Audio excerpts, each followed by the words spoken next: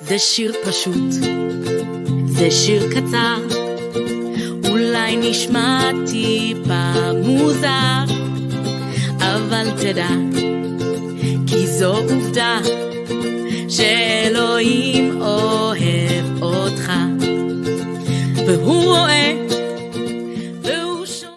Well, it's so great to be with you. Hello. Hi, I'm Charlie with the Practical Portion. And I am just blessed to be here with you. You want to stay tuned. It is jam-packed today because we have two portions. We have Chukat and Balak. Okay. So this is packed full today. What can this section of number or these two portions of numbers have to do with my life? A lot. We're going to see. So just wait and see, because we're going to see in this section, we have a whole bunch of stuff about the red heifer. We have water from a rock. We have Miriam and Aaron. They're gathered to their people, AKA they die in this section. We got snakes. We got talking donkeys. We got blessings and cursings. Oh my! So much great stuff. Where do we even start? I know that this Friday, I'm really blessed that I get to have two of my friends around the kitchen table with me. I'm really excited. So those of you who watch us on the portion over in the Rooted Cafe, you can go to, I'm going to share my screen so you can see this. You can actually go to therootedcafe.com. Let's see if I can bring it up here. There we go. I'm going to share this with you so you can see it. You can go to the rootedcafe.com tab, and then you scroll down. First of all, you can see here, you can click the picture here, and you can actually listen to the podcast every week. Or you can go to this. It's free. You can just click on here, and from your phone, from your desktop, wherever, you can actually watch the videos. Keep on scrolling down. We do have every week, we have one of our ladies who's actually reading the portion to you. So you can scroll down that. You can listen here. You want to listen to that. You can listen to the past recordings here if you want to go back. This has got to get updated. I think I'm going to let them know that we need to update the screen. Keep on scrolling down. And then we have this here is, again, our portions. You can listen to the podcast reminder again. But this is really, if you want to sit around the table every week, we go live Zoom. We've been doing this for like 8 years now. We go live on the first, second, and fourth Friday at 12 o'clock Eastern time. And then we go live on the third Thursday at 8 p.m. So for those of you that work outside of your home, we wanted to make sure that we were able to serve you as well. So, but what you can do is if you keep on going down here, you can see this. We also live stream from our free community over on Band. So for those of you who maybe aren't on Facebook, we no longer live stream to our Facebook group, but we have a group on Band now. So if you can go down there, you can just click this link right here, and you can join us right away. There's not commercials. We don't sell your information. So you don't have any of those issues like you may have with Facebook or maybe some other areas, other social media platforms. That's the reason we're not with them anymore. So we have actually just kind of backed out of that, but we are blessed. Oh my goodness, what happened? We have been having such a great time over there. Our community is strong. It is thriving. And we would love to have you. So ladies, please feel free to share that with your friends. Again, sorry, this is for ladies only. Now, there is a band for guys. It's called GRIT, GRIT, Guys Rooted in Torah. And that's also free. Just hop over there and we would love to have you. Let's see. What else do I have? So yeah, and going to the Rooted Cafe, you go to rootedcafe.com. That's KAFE. Click on the portion tab, and that's where you would have found all the stuff I had right there. And then, go on there for that. Let's see what else I have in there. Yeah, we just want to pour into you. Also, if you're looking for discipleship or help answering questions, bringing the feasts and the Shabbat into your home, maybe especially if you're doing this on your own and you don't have an outside community, or if you do and you just want a place you could ask questions, I want to just let you know we're here for you. We are a thriving women's community with over 1,000 hours of instruction, live training, around the table, or you can jump in and do it as you want at your own convenience. So you can also find out more about that at therootedcafe.com. The very first month you get 50% off, just so you can check it out and see if it's for you or not. But we just might be the community you're praying for.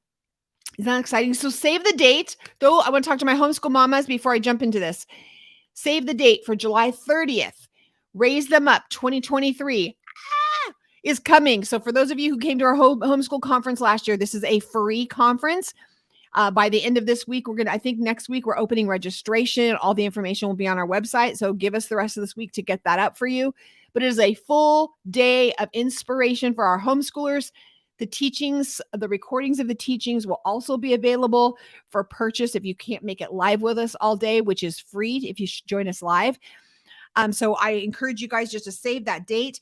Those of you guys who have littles and grandkids, please take a minute and go over and check out the Gracie books. It's Gracie Tells the Story, and you can put my name, Charlie Brown, and it should pop up. Right now we have the 10 words, and then I have the Days of Creation. We have another one coming out in a couple weeks. But we want to provide these stories for your rooted into his truth for your grandkids, for your littles, nieces, nephews. Yay. So I'm excited about everything. I just actually got back from a little week-long book tour. I was in Florida, blessed to be there, blessed to be with Malhut Chaim in Virginia, a great community there. So much fun. They're actually doing, and I love all of you who are doing the book clubs. You guys are getting the book and the workbook and going through and doing these book clubs and doing these studies together. Can I just say I love that? You guys can get those on Amazon, but reach out to me if you're doing a book club in your community or with your neighbors, or maybe you're just doing it by Zoom. I would love to pop in once during your sessions and say hello, answer questions. So you guys got your word? Let me see. Everybody get it up. If you got it on your phone, we're hopping into Numbers chapter 20, and we're going to start out from water and Miriam.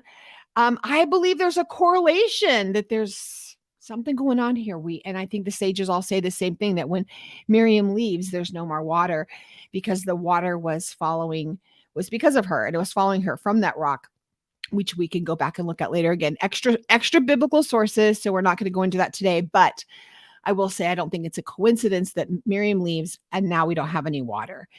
And all of a sudden they start grumbling and complaining because they're thirsty. So we're like, oh, I can't believe they're grumbling and complaining. And we talk about this almost every week, right? So why are they always grumbling and complaining? That would never happen to me. I just kind of want to remind myself, maybe not you, it's probably not you, but I just want to remind us, do you guys remember how we all went cuckoo for Cocoa Puffs when we couldn't find toilet paper on the shelves at the grocery store? Do you remember? Do you remember how we started to struggle? We started to be gripey during COVID. I think that was a really good wake-up call for all of us, of how close and how real this could get for us when we have not everything just handed to us. Not everything is so available, especially all of us who are living in a first world country, right? Many of you, I have friends right now traveling in third world nations that are doing different ministry trips this summer. What a great reminder of all that we have and what a blessing we have, because we don't really know it unless we don't have it. And that was real to us when we couldn't get a hold of toilet paper, okay? When we couldn't get a hold of some things that we really love and we wanted. So if we go to verse 4 in chapter 20, verse 4, they come and they said, why have you brought us out of Egypt to die in this place of nothing? Nothing. How about manna? How about you're getting water? The water just stopped, so they're freaking out. The first thing that this year, as I was reading through this, it reminded me, as they begin to do this, I realized that they did not see that there was a future for their kids and their grandkids. They were so caught up in the now. I speak to people often and ask them, we just talk about retirement. What have you set up as far as generational wealth for your family? What are you doing? Are you all about instant gratification for you? Or are you looking at generational? What are you leaving the next generation or your children or your children's children? Because that's biblical. And most people that I speak with are just worrying about right now. Either you're just barely making it right now, or that's how the choices are very instant gratification. But this right now, we're seeing them, they're not seeing the future of their children and their grandchildren. I'm going to put up the comments here. I want to see if anyone's chatting. If you're watching me live right now, would you say hello to me? I would love to hear from you. We're going live here on Facebook, over on Messianic Lamb, as well as a couple different Facebook pages live. Say hello to me. And if you're watching this later on my YouTube channel, I would love for a comment. Please subscribe. Please say hello. Please share this with your friends. That's how YouTube knows to share this with other people, right? But I'd love to hear from you. And I love your feedback because it helps me feel like you're actually there chatting back and forth with me, because I kind of feel like you are. I feel like that's how we're talking. So this is kind of what's going on right now. Funny that they're complaining all about the things that were happening over in the land flowing of milk and honey that they passed up, the things that they complained about. And we talk about this almost in every parsha during this section about always wanting what we don't have, always ungrateful when we should be grateful. So what would happen in our lives, right? The practical portion. So let's make this practical. What would happen if we would just be grateful today, right here, right now, with what we have? Have you ever gone on like a buying fast where you're like, I'm not going to spend any money, let's just say for a week. I mean, some people can't even go 24 hours without jumping on Amazon, but let's just say that might be me. I have done these fasts before, a buying fast, where I'm like, I am not going to spend any money this week, and I'm just going to use everything I have. And it's really funny because you start to run out of something. I've done it for a month. I'm not buying anything new, nothing. I mean, nothing. We're going to eat the food that we have. I learned this from Danny Johnson. It was, and use all that money then to pay off debt or to sow into a ministry. Okay. So you start getting down to the bottom of things, right? And then you have to get creative and you have to go like chopped kitchen on everything. I don't know if you've ever watched that before, but you literally have to take like, what do you have left and how can I make something good out of this? Eat the food you have in your pantry. You start getting to the back, start pulling things out. So we're good stewards of all of that. Actually wear the clothes you already have. You're going to find out that you think, oh my gosh, we ran out of soap. I bet you have like hotel soap or you have something somewhere. You have it, I promise. Try it. I would love to hear from you. Have you ever done that before? Have you ever just gone on like a spending fast? We're like, we're not going to spend any money. None, zero, zilch, nada. Try a week. I dare you, double dog dare you to do it for 30 days. That all you do is just pay your bills that you have to pay, like your house payment, your electricity, what you have to pay, but you don't have anything else that month. Even if you have to pause all the subscriptions or things that you have for a month, and then take that money and pay off a bill or put an investment for something. Or like I said, take that money and invest it in a ministry that could use your support. So just a thought. So what would happen? What would happen if we were just really happy and grateful for what we have? And then I wrote a note to myself, what if I could actually take it a step further and get grateful for what I don't have? What if I was grateful for what I don't have? I mean, there's an old country song. I think I'm, thankful for unanswered prayers. What don't I have that I'm thankful? Because a lot of the times we think we want more stuff. That just means we have to take care of it. We have to insure it. We have to clean it. We have to it's a lot of things things take energy, whether cleaning it, dusting it, whatever, or maintaining it or putting gas in it. They take resources of some type, energy or finances, right? What if we're just thankful for what we don't have, that we don't have to deal with? And I know that seems really simple, but as we go into the rest of this, we start talking about the snakes. We start talking about some other things. I think that we forget sometimes that what's not happening to us, what we don't have, what about what we're not having to deal with as far as, thank you, Father, for not dealing with disease right now.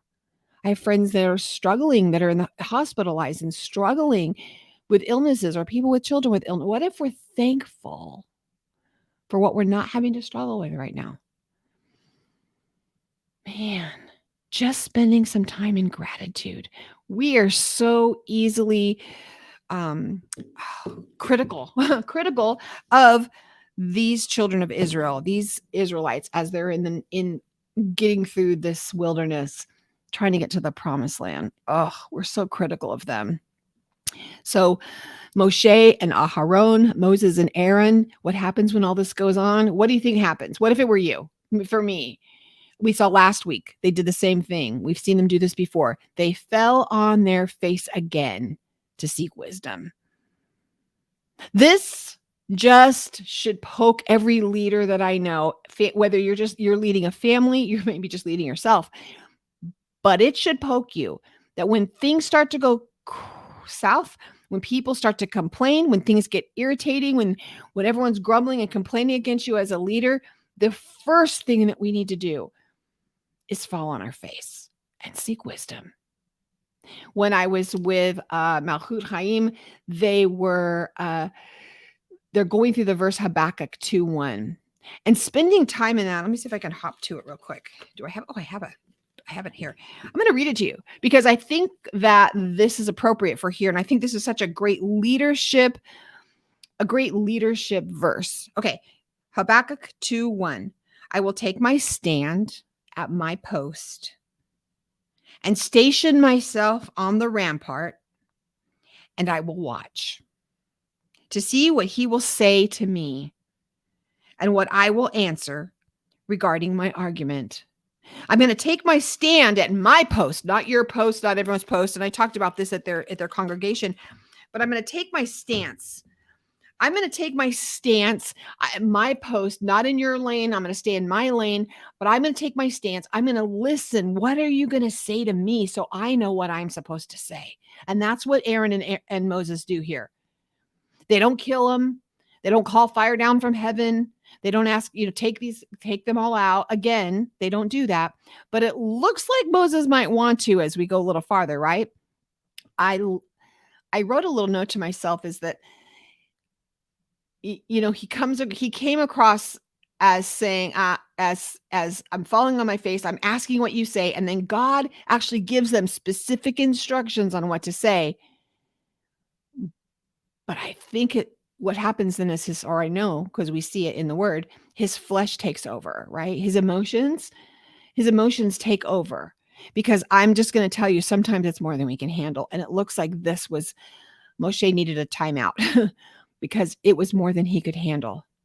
So I wrote a note. I love the Mayo Clinic has a definition for the word passive aggressive. And I don't know if this applies here, but I use it a lot when I'm teaching on It's Not My Weed to Pull and talking about control issues, but because passive aggressive is a control thing.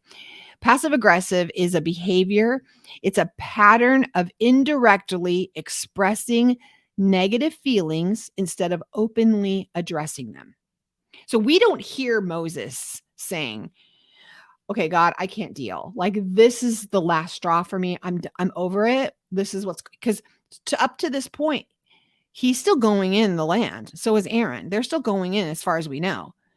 They haven't been told they can't go in. Even later, the Holy One says, this is the reason they're not going in, so that the people knew it wasn't because of the spy debacle. But I believe this is a little bit passive aggressive of Moses. He is this hitting the rock. It's aggressive, right? But instead of that's indirectly expressing his negative feelings instead of openly addressing them. He didn't openly address them with the Holy One, or instead he's goes after this, rock and does it his own way. I don't know if that's true or not, but I was thinking about how do we practically apply this to our lives when things happen and a lot of times we will passive aggressively deal with people that we're in leadership over. We indirectly express our negative feelings instead of openly dealing with them. I've been guilty of that. Have you? Have there been incidences? I'm just curious. Have there been incidences? He was asked to speak to the rock, but instead he strikes the rock twice.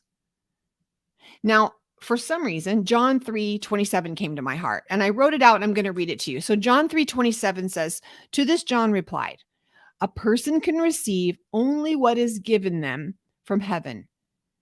You yourself can testify that I said, I am not the Messiah, but I am sent ahead of him. The bride belongs to the bridegroom. The friend who attends the bridegroom waits and listens for him. The friend listens, waits, and is full of joy when he hears the bridegroom's voice.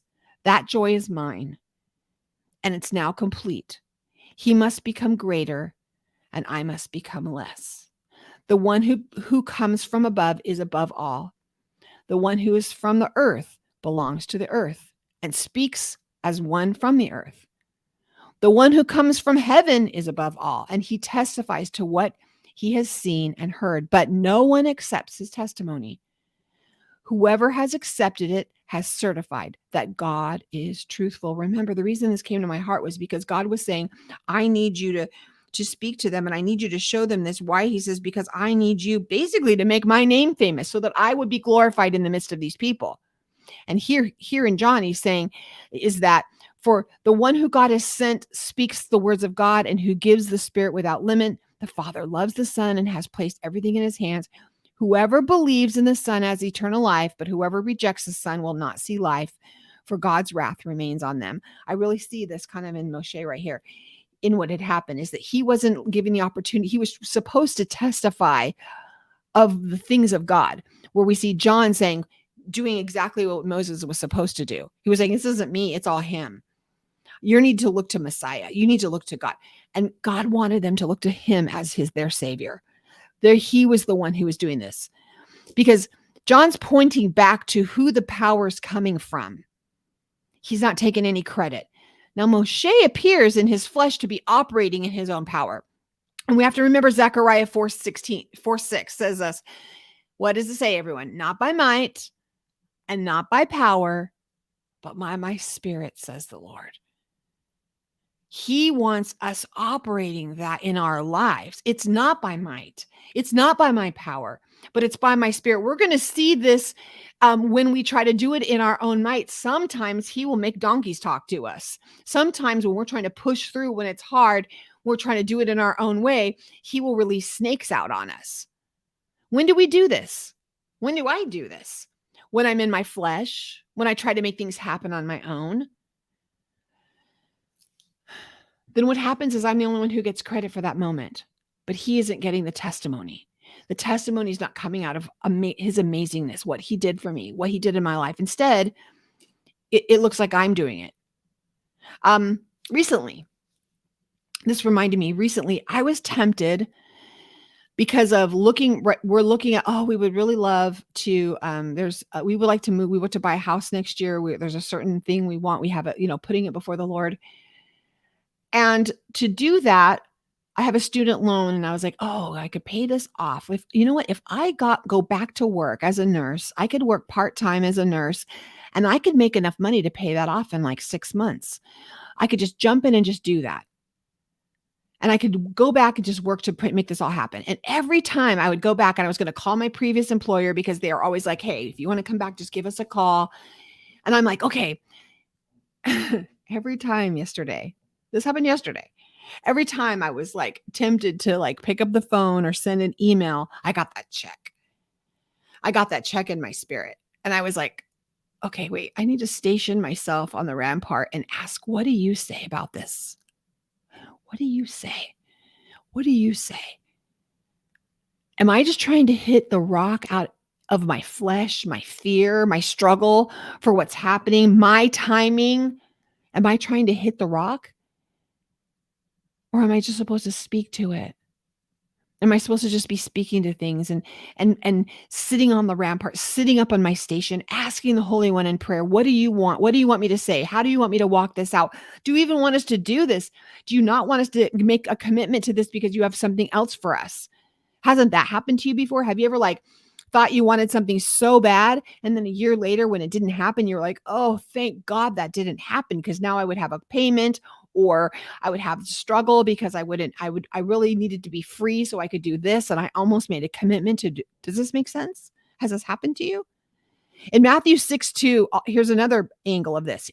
Matthew 6:2 tells us that if we get our praise here, that's the only reward we're going to do. Now it's the flip side of this. I don't think that Moses is actually doing this because he wants praise or glory for anything, but I'm just saying sometimes that could be us where we can sit in this a little bit practically when we're trying to push through something, and maybe we want a reward instantly. We want it right now. And he's saying, this is all you're going to get. Maybe it's not the praise, but it's that we want to take things into our own hands.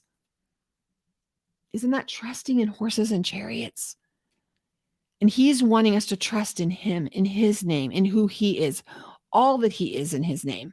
More important, we're not pointing others as God states in this portion, to him and his power and his miracle, but in our own efforts. I don't think intentionally. But people see our might and our power like they saw Moses when he hit the rock twice. They saw his might and his power. People see us and not him. People saw Moses and not him. Are we making our name famous, or are we making his name famous? So now they call this the waters of Meribah, the waters of strife. And they set out then after this to Mount Hor. This is where the water is going to come out. This is where we're going to see Eleazar now is going to be promoted. And Aaron, Aharon, is going to be gathered to his people. Wasn't that a nice way of saying he died? He was gathered to his people. He lost his position. If we look back in verse 10, listen to it. He says, listen, must we bring, I'm going to have to read this because he goes back. This is when Moses and Aaron, and I don't know who said this. I don't know why I kind of feel like it was Aaron, but maybe not. But Aaron, it says Moses and Aaron gathered the assembly in front of the rock. And he said, who's he? Moses, maybe, probably, maybe not. Maybe Aaron's talking here, and said, listen now, you rebels. Must we, not God, must we bring you water from this rock? Do we have to do all the work? Am I going to have to be the one that does everything? And at this point, we're going to, if we're assuming that this is Moses saying this, Aaron could have said something. He could have, but he took part in all of this. And that should just be a reminder of when we don't have to take part in something when we know it's going against what the Holy One has asked us to do. It's okay to say, I can't be part of this, because guess what? You get the same punishment, or the consequences. Okay. So then chapter 21, I'm going to scoot on. He's gathered to his people. We scoot to chapter 21 and get through a few things today. They cry out. Chapter 21 says the people cry out. Even in all of this, they cry out again, and Adonai listens. And then literally it's minutes or a verse later, they start complaining again. But it's more than that. They slander the Creator.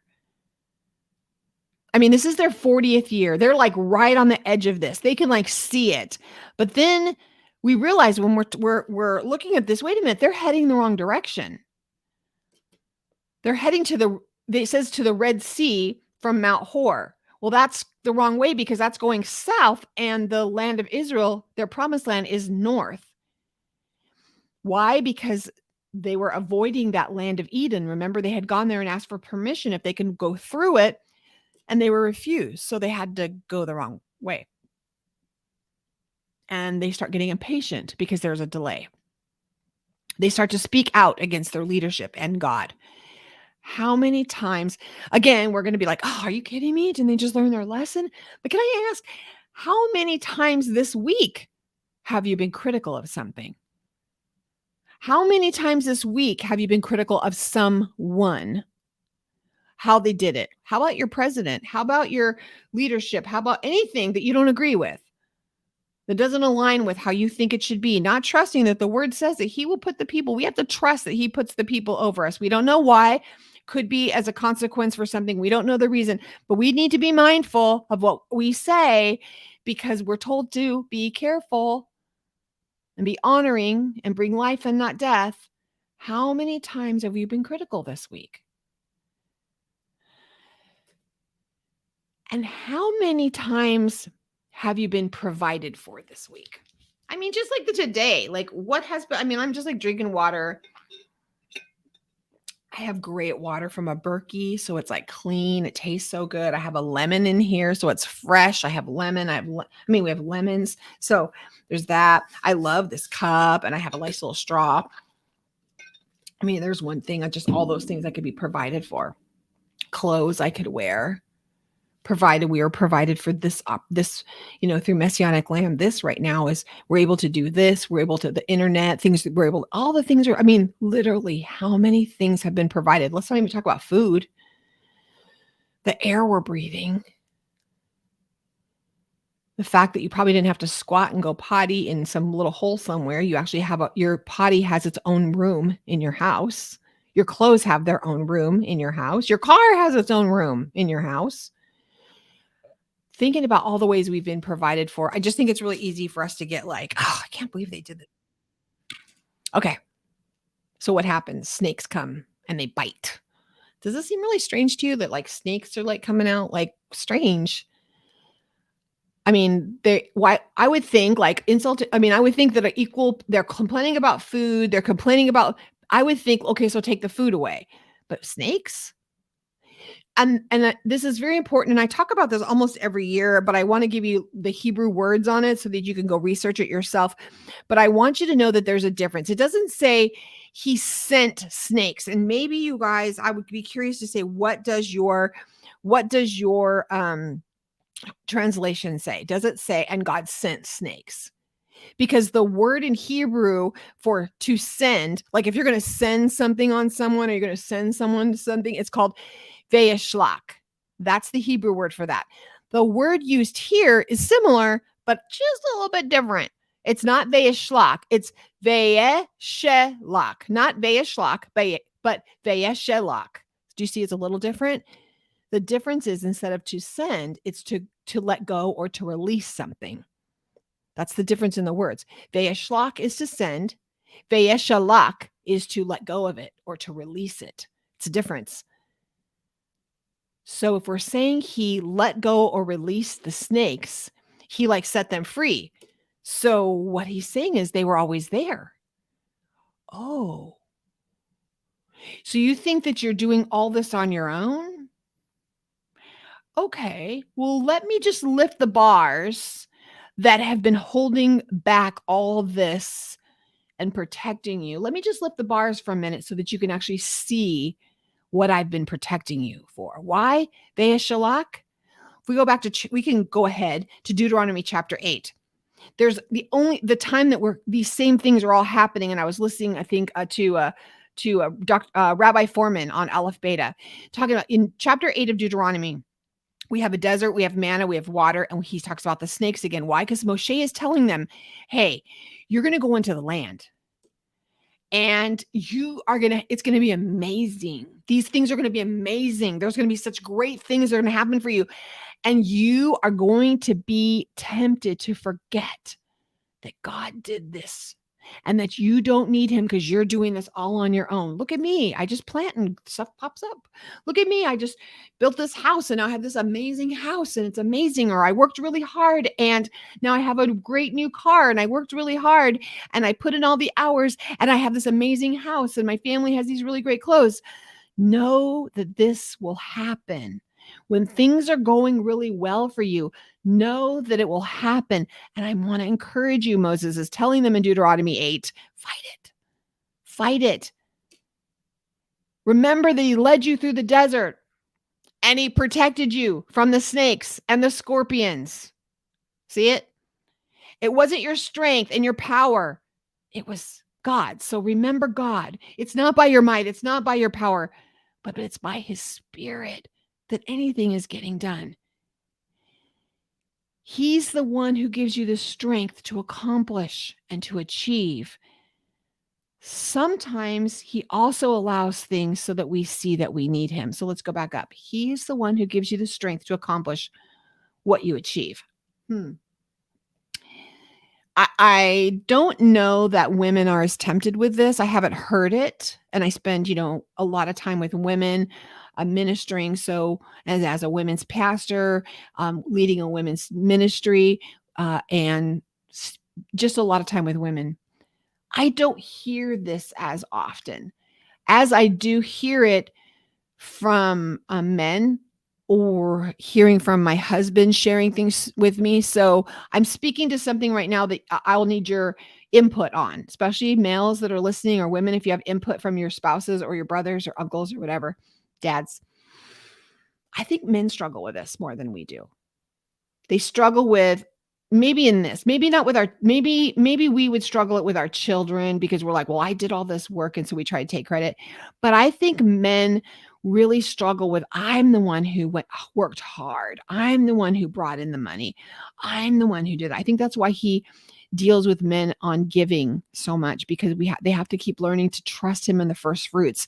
That's why he knows it's going to be a temptation. So it's like, give the first fruits away so you're not tempted to think that it's in your might or your power. You're going to trust me to bring more, even though you give that first away. Yeah, that happens now. I think I'm doing it. I'm the one who's doing everything. I'm the one who worked hard, right? Or I hear this a lot in coaching people. They're talking about, I'm the one who's pushing through. I'm the one embracing the grind. I'm the one who went to school. I'm the one who got the degree. I'm the one who got the skill. God didn't do that. Maybe you don't say it, but I think it might be running somewhere. That's kind of where they're at. Somehow they're thinking it's them pushing through everything and it's going to be them. And they're like, well, so there's this entitlement almost that happens, right? They were the ones who turned away from Edom. And these cities, if you think about these cities, they saw the cities, they saw the farmlands. They were so close to seeing what they're about to get. Because I mean, Israel's just on the other side. They saw this and they're just, it's so close. It's so close. I can get it. And then they're almost there and he takes it away and they have to turn around last minute. Can you imagine, understand now why they were upset? That's what they're coming off of right now. They're coming off of, they were so close and they could see after being in the wilderness, not really be from slavery to this wilderness to now being able to actually see homes and farms and this life that they're probably going to have. And then that fast it's taken away from them. And they have to turn and go a different way. So close. And they don't get it. They have to turn around. Their eagerness to be self-sufficient was not what he wanted because they're like, oh, I can do all these things. And he's like, that's not what I want from you. I want you to know that even when you get there, you're still going to need me. So apparently you still have another lesson to learn. You're still going to need me no matter what you do. You're going to build houses. You're going to plant gardens. You're still going to need me to bring out me, meaning God, the sun and the water. You're going to always need me. You can always need me.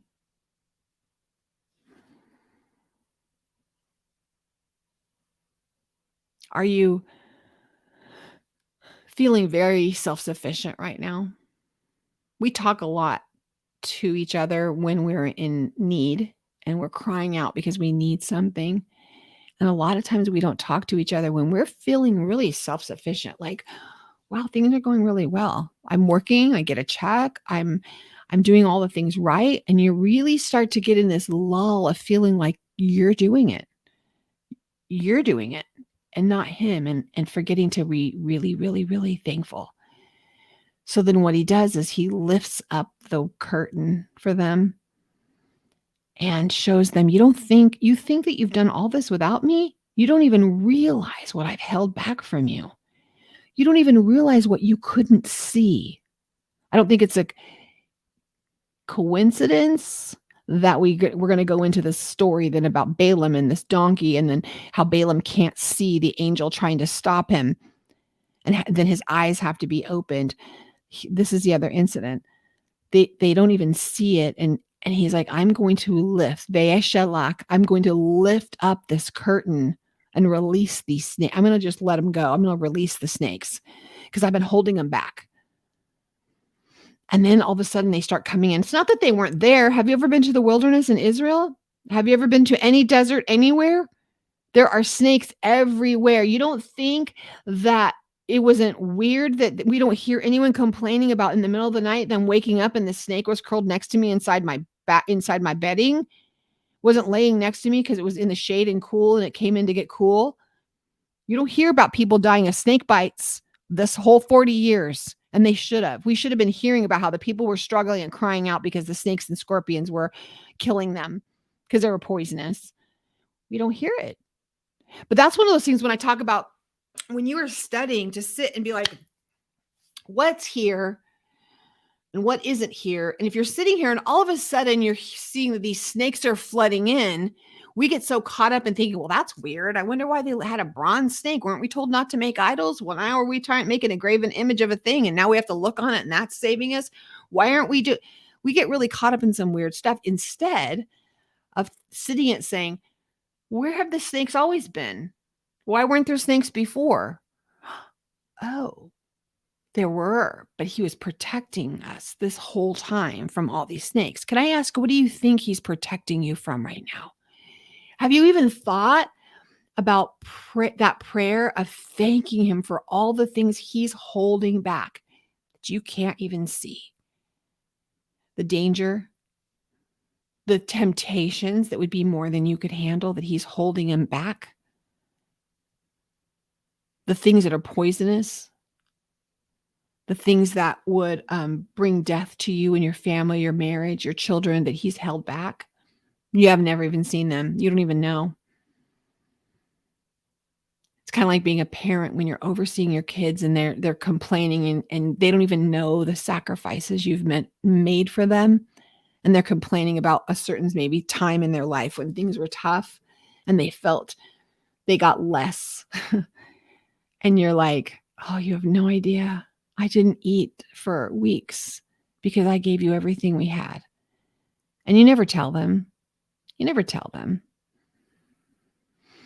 But I think this is part of the grace because God knew that we had to learn this lesson here, because otherwise we would be so tempted when we got into the land to be self-sufficient and to take all the credit for ourselves and think that we were doing such a great job. Wow. I do it all the time. Can I just be fully honest? I do it a lot. Maybe, I don't know, sometimes he allows sickness to come into our lives. I think COVID-19 was one of those things where he's like, you don't even know what I'm holding back from you. But what if I released, instead of let go, I didn't send it, but I actually just released it. I lifted up the curtain and let things happen that could, like, gosh, kill people and could hurt you and make you sick. What if I let that go and realize I am with you always? And I'm protecting you and I'm always with you. What a reminder to us. Does something sneak through? Yes. Do we live in a fallen world? Yes. Is there disease and illness here? Yes. Do we make really bad choices that we bring disease and illness to ourselves? Yes. This was a reminder to me too. And I don't mean, Shalom, Patricia. I don't mean condemnation on myself, but I will see these things and say, wow, he's giving me such amazing things that I could feed my body with, that bring life and bring energy to me. And instead, I choose different other things that I think are a better provision. And I do that, and it ends up bringing sickness and death on my body, right?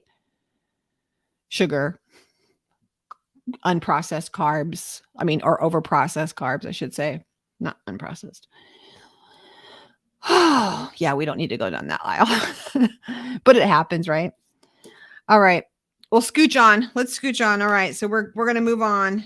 They're journeying to Moab now. They move on. They encamp into outside of Moab. They're facing Moabs toward the sunrise. And then they set out and they camp at the Wadi Zered. And then Adonai says to Moses, gather the people. We're in chapter 21, and I'm in the Tree of Life version. Sometimes the verses are off from maybe what yours is if you're in a different version, but I'll say 16. And from there they moved on. And this is the well where Adonai said to Moses, gather the people and I will give them water. And then Israel sang this song. This is just a reminder. This is when they were gathered here before. Spring up, a well. Do you guys remember singing that when you're a kid? Spring up, oh well, splish splash within my soul. Oh, sorry. Says, sing about it. The well the princes dug, and the nobles of the people sank with their scepter and their staffs. From the wilderness they went on to Mattanah. From Mattanah they went on to Nahaliel, and from Nahaliel to Bamoth, and from Bamoth to the valley of the field of Moab, where the peak of Pisgah overlooks the wasteland. I always think it's really important that take a minute, get a map out, look up some of these places. The reason is because it really does add a dimensional understanding of what you're reading about. especially for those of you that are homeschooling. What a great, here's your geography lesson. You can do, you can go through and show the map and say, where are these things at and what's going on here? And there's a reason, because you will get to it when you're going to see that where they're nestled. You're going to see what's going to be happening when you have people standing up trying to curse, and where they're standing on different mountaintops, and what's happening when we go into Balak right now, and there's blessings and cursings and where they're standing and what's going to happen. It matters. It's going to matter when you see the mountains of Peor, right? Oh, wait, it's overlooking this wasteland. Oh, wait, we're going to be looking at all these different places. It's important that you go in and that you look into those places and see them on the map. I think so. I think that it makes a big deal. So we cannot finish up today. We cannot finish this parsha. This is 2 parshas, and there's so much. You guys keep going in, and then we're going to be at Pinchas next. This will be, that's the last one, isn't it? Pinchas. Do we have Pinchas? Oh, Matot, I believe, is the last. Masai. That's the last one. Gosh, yeah. Whew, we're almost done with numbers. Crazy. Balaam is this prophet for hire. He is, and Balak is like, he's like, I need you to go and I need you to curse these people because, yeah, we're not dealing with this. So Balak is really pushing. He's got this prophet for hire, but God won't let him. And when I read this every year, I always think of my inheritance as the child of God, your inheritance as a child of God. What his word said is, no weapon formed against you shall prosper. Okay. But the part I love is when he says, and every word that rises against you shall fail. This is your inheritance as a child of God. Every word that rises against you, word curses. Sometimes maybe God doesn't do a whole talking donkey to someone and doesn't cause someone's mouth to actually bless you instead of curse you. But what if you start proclaiming that as a child of God, as your inheritance, that you start saying, you know what? I come against every word curse that's been spoken against me, because that's the authority that I have. That even when I'm standing and I'm unknowingly, again, snakes were unknowingly being held back. They didn't even realize this is just another thing that was being held back from them that they didn't even know was happening. How many word curses are being held back that people are trying to speak over you and he's not letting it happen? How about we be thankful for that? The things we don't see things crashing in on us. Okay. They didn't even know that this was going on. Just like they didn't even think, apparently, that there were snakes everywhere, that he was holding those back. But he still does it for them in the midst of all of it, because he's such a good, good father. So Balaam's this prophet for hire. God won't let him talk against them. So he finally says, okay, go. You can go. So he goes. Now realize, when's the last time you heard about a talking donkey or a talking animal at all? Can you think of any other time? Come on. I want you to type it in wherever you're listening, live or later, now or later. Type, when is the last time you heard in his word about a talking animal, an animal that speaks? Come on. I know you're thinking it. Are you all screaming it at your screen right now? Yes, in the garden. There was a snake talking. Now, nowhere do we hear that Balaam is like, why are you talking to me? This is weird. Nowhere he doesn't even seem shocked that his donkey is speaking to him when this all happens. Yes, Christy, the serpent. It's funny. None of us are even shocked. He's not even shocked that this donkey's, as far as we know. Like, why is this donkey talking? That's the only time. And I was listening to Aleph Beta, and I re-listened to it actually this year, but I've listened to them. They have a great teaching, and I think it's from a couple years ago, talking about the similarities between the Garden of Eden incident and this incident. And the similarities between these animals, and how one of them is actually, you have the serpent who is actually coming as an enemy, where the donkey's coming as a friend. And they're like the two sides. You see an angel with a sword. Hello. That sounds familiar. Also in the garden, we see the two cherubim with swords. So there's a lot of similarities for us not to dig a little deeper into that. So I want to give that to you as homework. And if you can go on Aleph Beta, I think you can listen to a couple of their teachings for free each week. I think or you can join them, but it is a not a messianic resource. They're fully a fully Jewish resource, but it's amazing. The similarities between these are crazy, and they're funny too. So it's interesting that the snake says, remember what the snake says? You can trust me. You cannot trust what God is saying to you, because of course he's not going to want you to know everything. And the donkey kind of says the same thing, like, don't you trust me? I've always been faithful to you. Why aren't you trusting me? Isn't that kind of interesting? They're both the same. But let's get practical. Let's get practical for a minute on this. This is all happening. And it says he's pushing through. I'm going to just read the story because I feel like it's that good.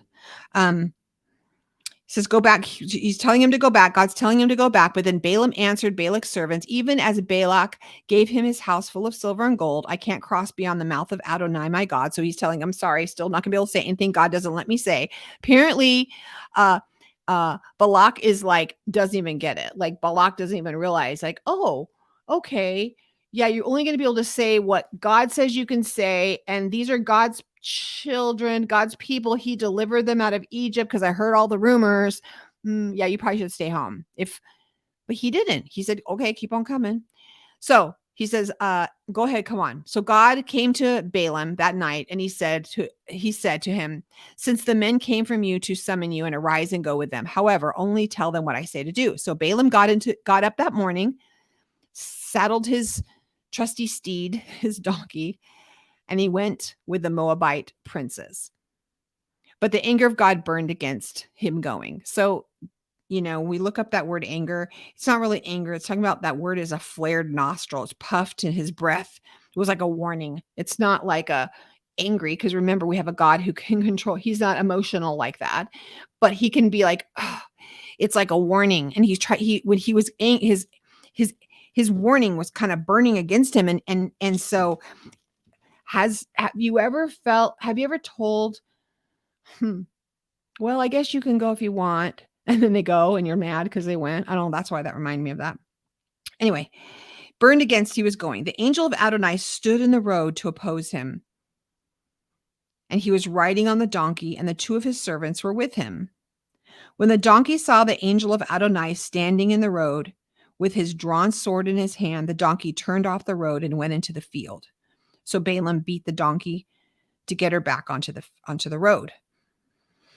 I love how, yes, it was a girl donkey.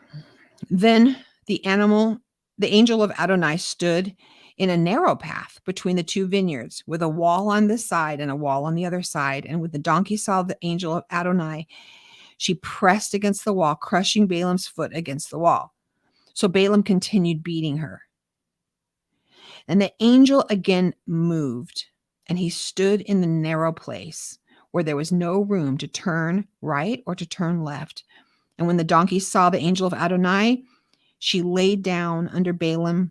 And Balaam was very angry and beat the donkey with his staff. And Adonai opened the donkey's mouth. And she said, do you ever wonder what like your dogs sound like if they're talking? I always wonder, like, what does this donkey sound like? What have I done to you that you have beaten me these 3 times? And Balaam said to the donkey, because you've made a fool of me. If I had a sword in my hand, I would kill you right now.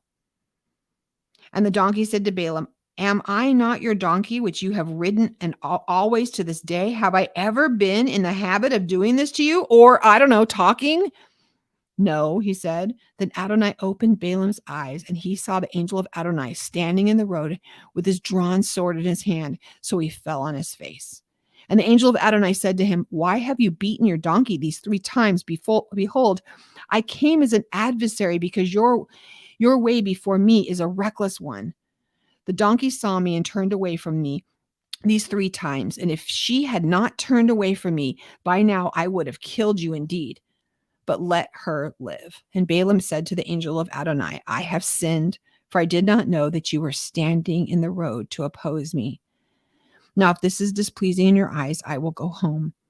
And the angel of Adonai said, no, go with the men, but speak only the words that I tell you. So Balaam went with Balak's princes.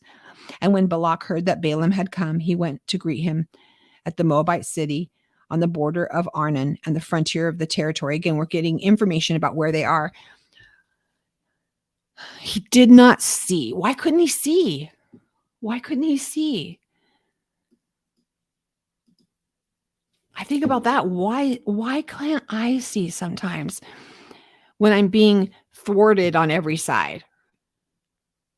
When I'm trying to push through to make something happen and then I'm angry and I'm yelling at it, I'm going to be like, just scream, why isn't this working? And I'm trying to push and push and push to make something happen because I've got it in myself. I have decided that this is God's will. This is what I'm doing, or this is the best thing for my family, or this is just going to work so well. Could be like a job. It could be like something. And I'm pushing, and it's just everything around me it's just stopping me. And instead of stopping and saying, wait, what am I not seeing?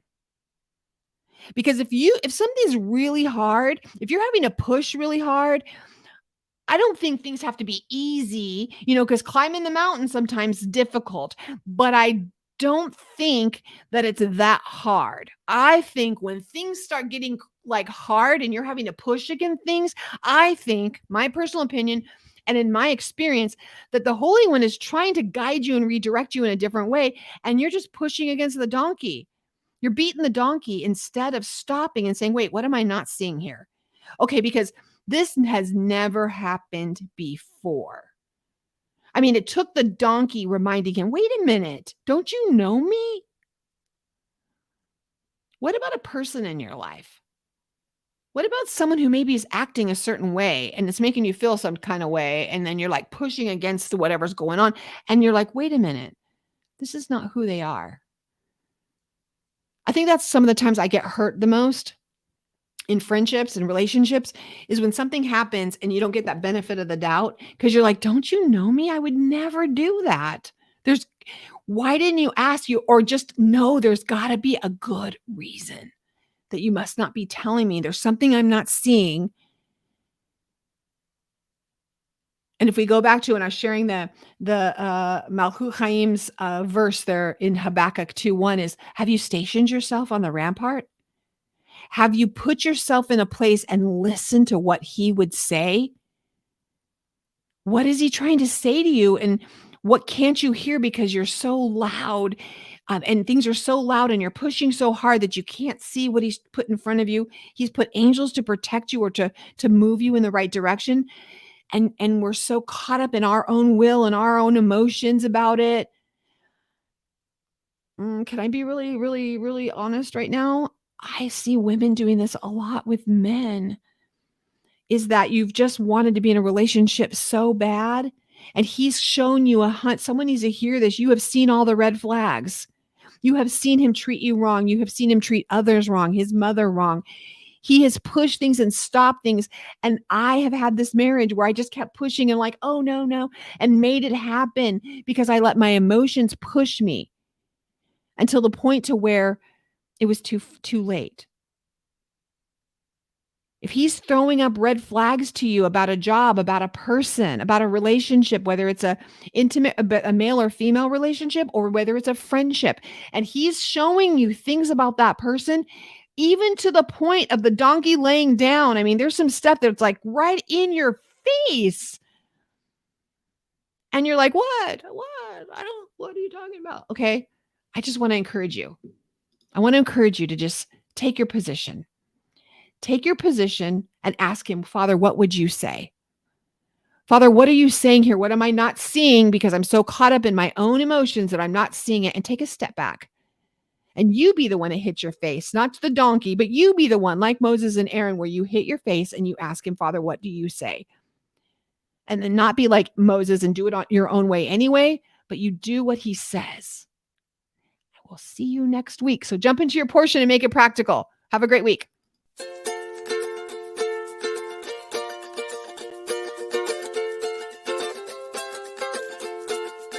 זה שיר פשוט, זה שיר קצר, אולי נשמע טיפה מוזר, אבל תדע, כי זו עובדה, שאלוהים אוהב אותך, והוא רואה, והוא שומע, ואכפת לו מכל דבר קטן. תדע לך, שזו עובדה שאלוהים אוהב אותך. זה שיר פשוט, זה שיר קצר, אולי נשמע טיפה מוזר, אבל תדע, כי זו עובדה שאלוהים אוהב.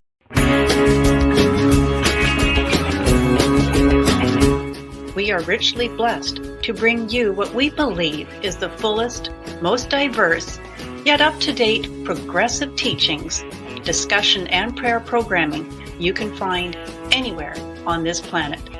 Be sure to take the tour of the Messianic